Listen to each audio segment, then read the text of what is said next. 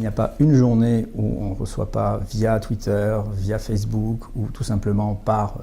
la presse télévisuelle ou radiophonique des informations sur l'agriculture, des informations parfois fausses, parfois erronées, souvent orientées.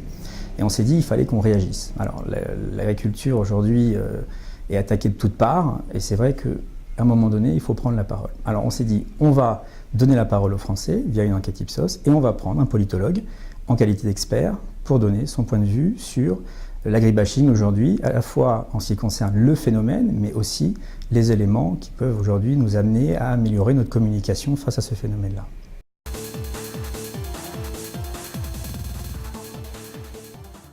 Alors en fait, vous imaginez qu'au niveau de l'agribashing, quand on parle d'agribashing, on parle de l'ensemble des attaques qui peuvent l'agriculture dans son ensemble. Alors il s'avère que nous, au niveau de la plaine, nous avons des grandes cultures, donc on peut être attaqué sur l'export, on peut être attaqué sur la biodiversité via l'agrandissement des exploitations et on va dire le paysage de plaine, on peut être attaqué sur l'agro-industrie, on peut être attaqué sur les élevages hors sol, on peut être attaqué sur de multiples domaines, notamment les pratiques agricoles, en ce qui concerne bien évidemment le